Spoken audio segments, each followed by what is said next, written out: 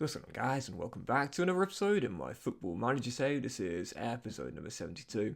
Instead, returning with two big games in the Premier League with our Cherries as we reached the halfway point of Season 8. Today we'll see a London doubleheader as face West Ham at home and Spurs away as the January transfer window is about to open. Before we get to the games though, shall we warn from getting on off camera.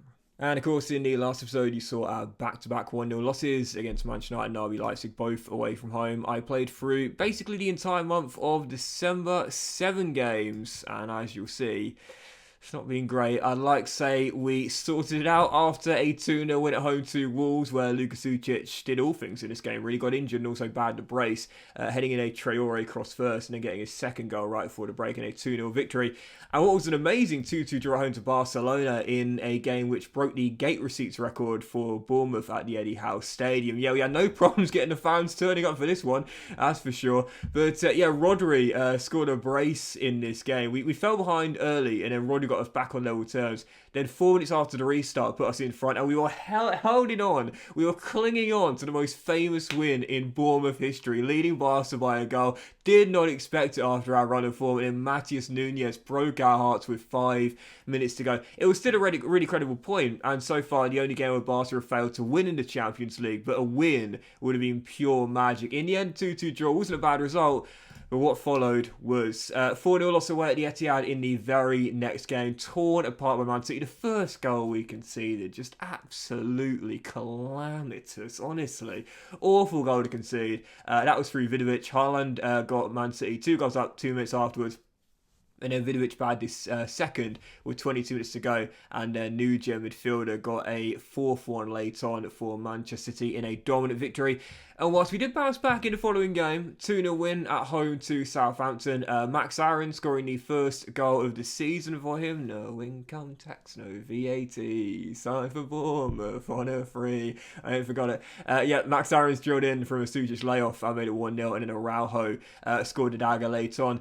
It feels as though even when we win, there's a negative that comes with the win. Like, it's almost like the FM save says to me, we'll give you a win, but you've got to get something negative to go along with it as well. There's a trade-off, you know, and the trade-off was that Sucic went down and is still down right now. And following that, no wins in our last 3 games. First, a goalless draw at home to Arsenal, then a 1-0 loss away against Chelsea, where Georgie, one of those coming for crosses, coming for long balls, cost us in the end. Yep, Jimmy J. Morgan, the young striker, heading in as Chelsea got the only goal of the game. And in the following game, a goalless draw away at the Brownlee Dock Stadium against Everton.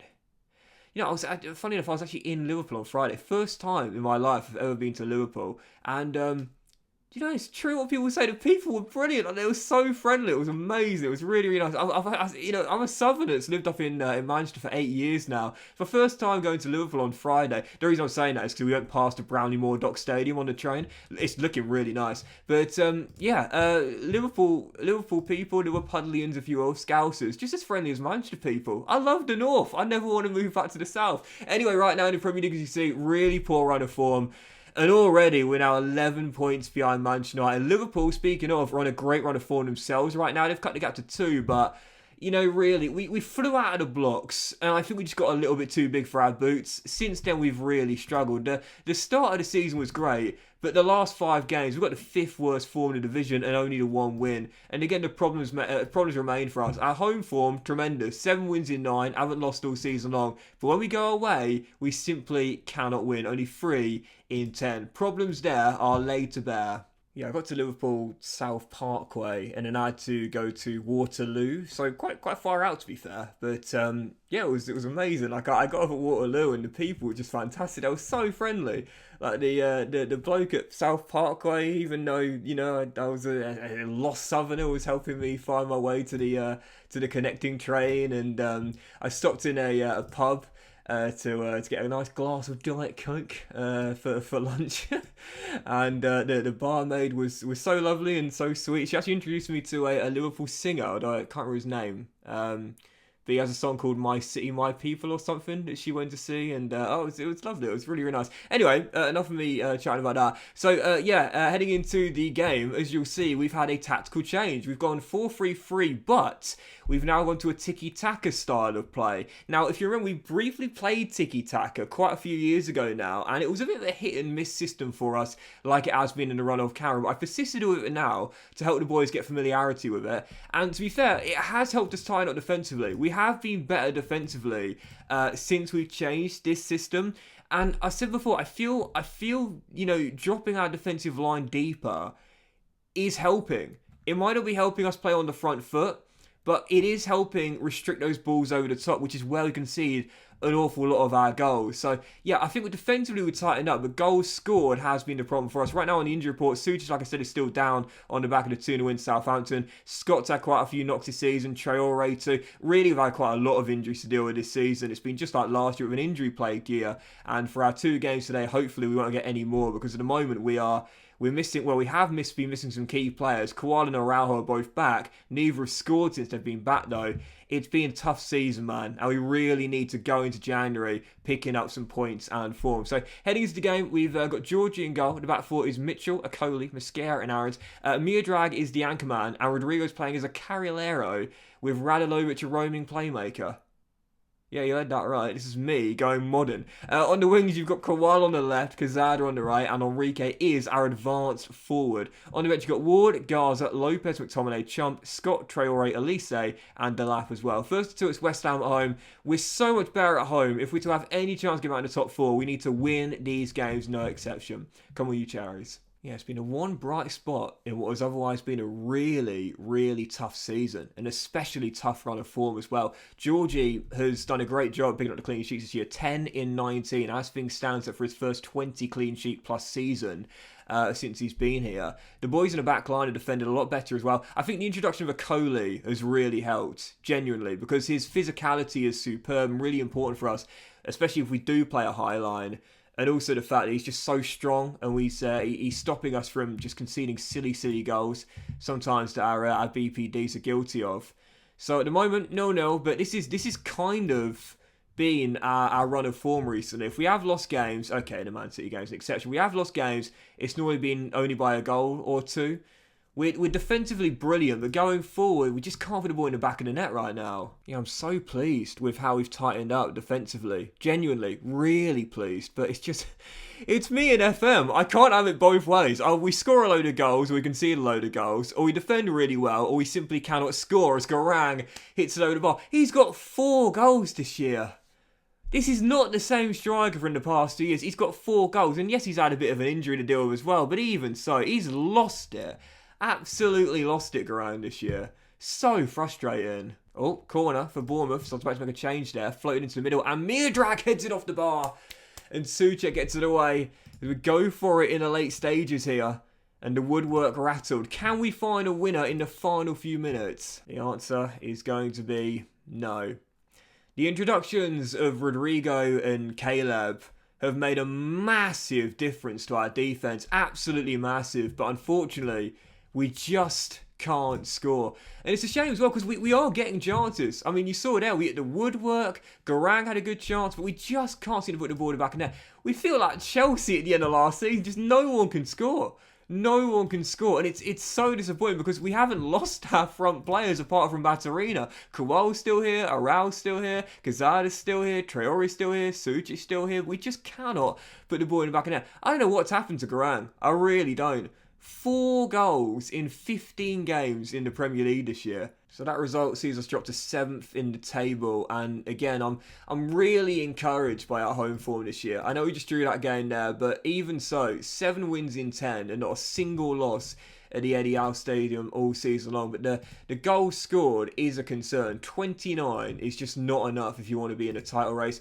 You know, again, defensively, we've got the second or joint second best defensive record in the division. That's fantastic, but it's so ironic, because you look at our team and you'd probably say defensively, it might be slightly fragile, but going forward, oh, mate, you should be scoring goal after goal after goal. But instead, it's just not working. Admittedly, when we are playing this system, we're not counter-pressing and we're not countering as well. And we are, of course, playing at a much lower tempo than work the ball into the box. I expect us to score fewer goals in this system, don't get me wrong.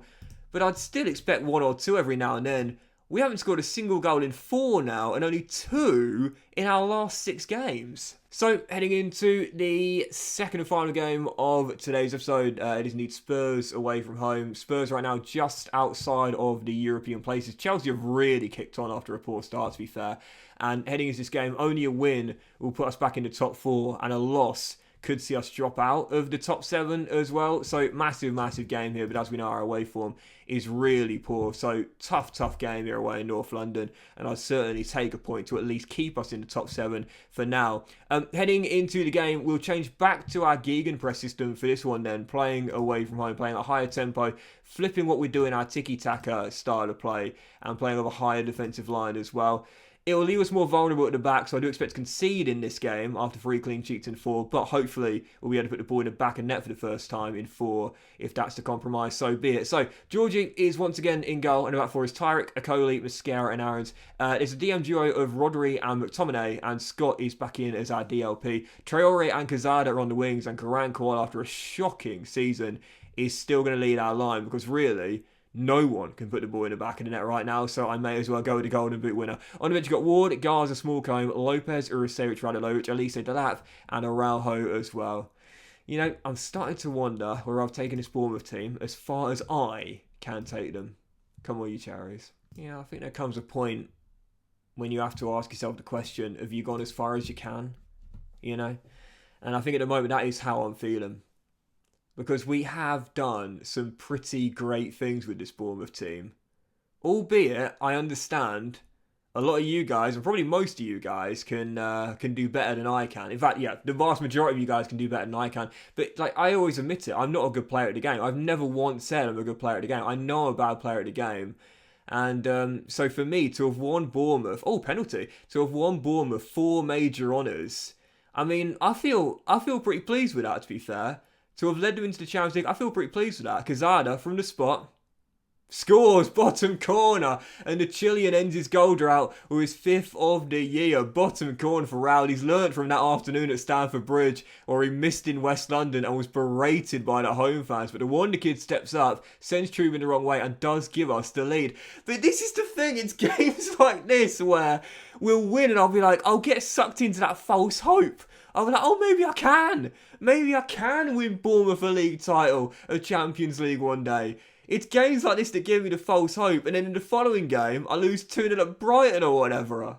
I'm pleased with what we've done with Bournemouth, man. Don't get me wrong. To have kept them in Europe for all these years. We got in, don't forget, we got into Europe in Season 4, and we're still in there.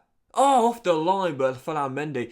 We qualified in Season 3 at the end of Season 3, and since Season 4, we've been a European team. Okay, 2 seasons have been Conference League, and one's been Europa League, and this is our only Champions League season thus far, but even so, we've done really well to have kept Bournemouth in Europe, let alone getting there, and have even got further to the best competition there is in the Champions League.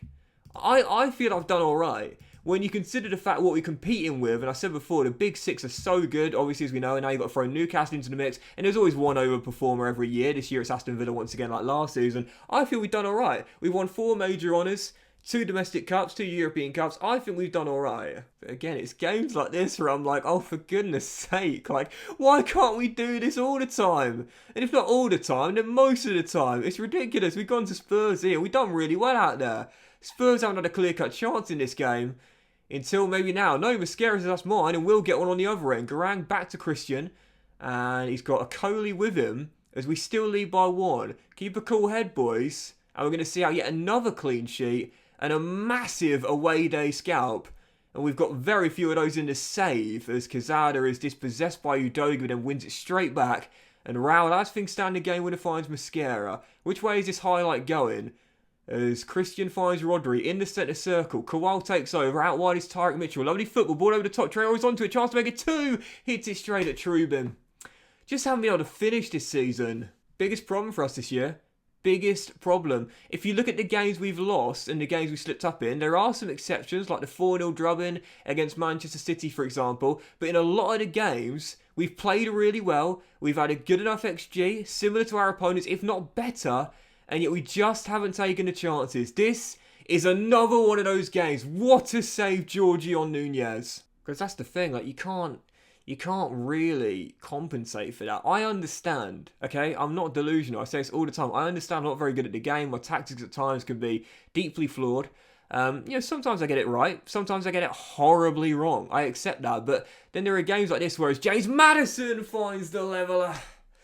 Well, we play really well, but we just don't take the chances. Great cross by Ademola. Look, man, I think Maddison was on there, and I reckon the former Fox has given Spurs a point with 10 minutes to go. It's a brilliant finish, and I think that's going to stand, and it does. Free kick. Bournemouth. Quezada. Taking his time, rolling his socks up, bends one in!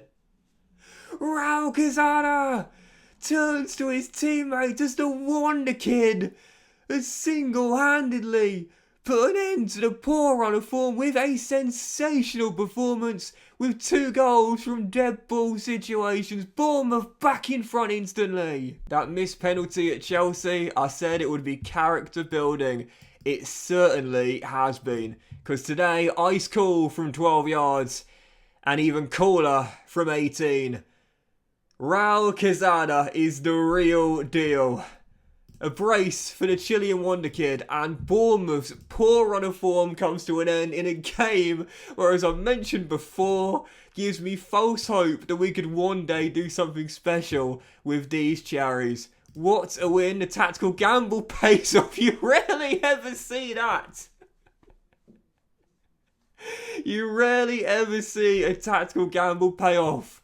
But it does, although it doesn't feel like it, because both of my goals came from set pieces. But Raul Quezada, the real deal, does it once again. The only concern, like I said before, is his injury-plagued campaign and, well, to be fair, stint since he arrived here. But what a performance, and Bournemouth back to winning ways and remain in a European place for now. But Lord knows, we've got to put the ball in the back of the net more, and we've got to win more consistently away from home if we are to be on the shout of getting back in the top 4 for the second straight year. Guys, thank you for watching the episode. Hope you have enjoyed it. If you have, then please do drop a like. If you all have a fantastic day, I'll return with games against, I reckon, Everton at home and Mallorca away in the final game of the Champions League phase. We'll find out whether we've qualified automatically, get a bye, or whether we'll go into the last 16, I think. Have a great day, much love, and I'll see you for the next episode on the FM Save very soon. What a win.